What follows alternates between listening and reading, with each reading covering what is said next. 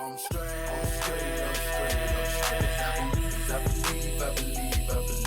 I'm straight, I'm straight, I'm straight, I'm straight. I believe, I believe, I believe. At first, I chose death. I chose the streets. I chose what I thought I didn't have a choice. I thought this is just how I was gonna be. I thought I was gonna go to hell anyway.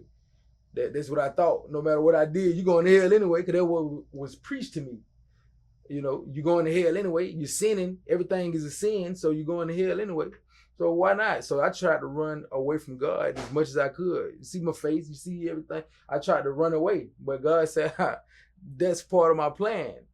I'm going to use that. I'm going to use you no matter what. So either you're going to die or you're going to be used.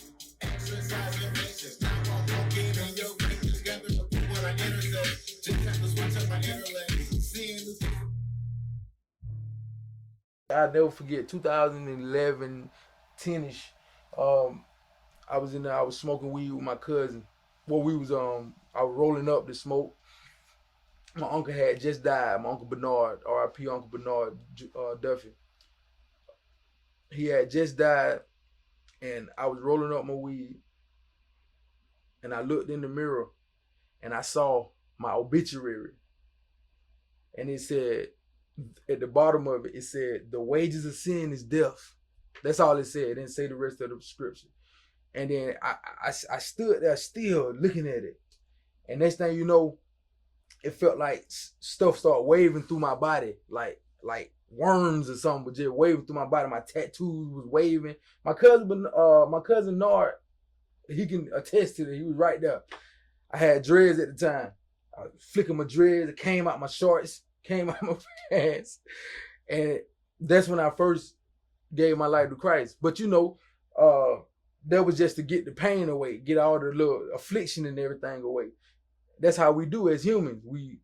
God, please save me. And once everything get cool, we back. Oh, I'm straight now. I can roll up again.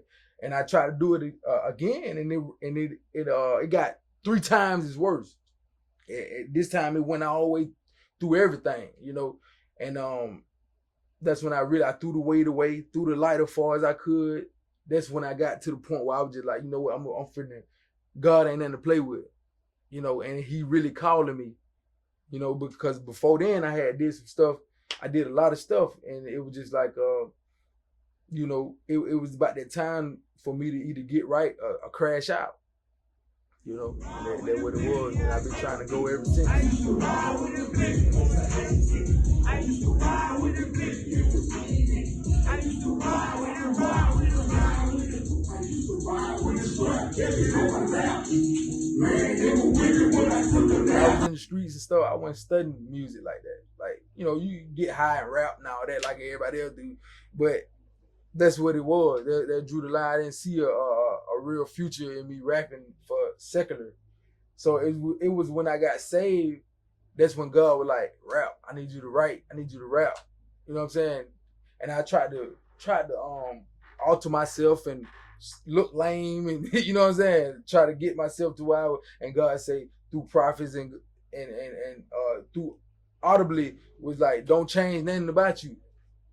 Like how you dress and all that like that, because that's going to reach a lot of people. It's going to reach a generation of people that wouldn't have been reached from, the older generation of the religious looking people, or the pious, got your suit on, and and that nothing wrong with putting a suit on, but some people hide behind it. It's called a cloak. You got a cloak of righteousness. You look like you got the mannerism. You talk like a leprechaun, and God, and you know what I'm saying. And but it's a cloak. It's fugazi, and on the inside you got full of hell. You know what I'm saying? And they just being real. Whoever said does, they are lying. I was born for this. I will go to war for this. I'm so happy, feeling possible right up the door for this. I am enlightened. Take his match and light it. Holy flames ignited. I admit I ain't like it. So I'm from Zone 3, right? I grew up Rufford Drive, Capitol Home, Cleveland Avenue. My mom, back in like 99, 2000, like exactly on New Year's, we moved to Broderick Road, that's Zone 6. you know, and that's when I met OJ the Juice, Gucci Man, Courtney Money, all them folk like that. And they were just trying to come up. They was doing their thing in the streets or whatever. And I was young, you know. I was number 12, 13 years old.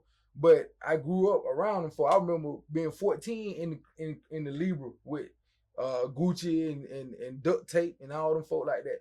So I remember it heavily, you know. Used to shout out to Black Boy Robert, Kirkwood, you know.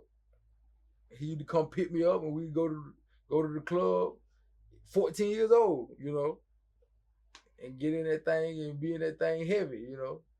But all that stuff would just get me to where I am today. That's why I got it all out my system. I don't, you know, I'm just 28 today, you know, but I feel like I'm 48. I feel like I don't need all this stuff that validate other people. You know, like to go to parties and go do this and do that, different women and all that. I don't feel the need to do all that because I already did all that. I did it in all my teenage years. You know what I'm saying? All the drugs I wanted, everything I wanted to do, I did it all in my teenage years. You know, I was living like I was a grown man, doing what I wanted to do. You know, but yeah, so Young Thug, we grew up together, all of us grew up together, you know. But at the end of the day, everybody took their own road. And I speak about that a lot. You know, you can go look at my song Enemy's Advice, where the enemy was trying to get me to go and do secular music instead of gospel music. Like, you know, the whole genre trash. That's what he said. Like you could be doing more. You can sell yourself, sell your experiences. But why would do that when I can give the glory to God and do what I was meant to do, fulfill my purpose? Because I can bet that all them people, man, you know, they look good and everything, and I'm proud of them. But I can bet that they empty on the inside. I can bet my last dollar that they empty on the inside.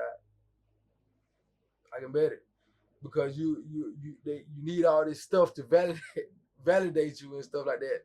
And I struggle with saying it because it sounds like you're hating, but I'm really not hating. I'm really proud of them. I'm glad they made it. But at the end of the day, it's about your soul. You know, what profits a man to gain the whole world and lose his soul? You know, and that's a real thing. Guess that's what they call him saying. He said the whole genre trash. What's the use rapping for God? You better all climbing and drinking dumpster juice. It ain't happening, what's your excuse? Money, sex, and drugs, what they want to hear, that's a poor excuse. Why don't you take your shirt off and show them tattoos?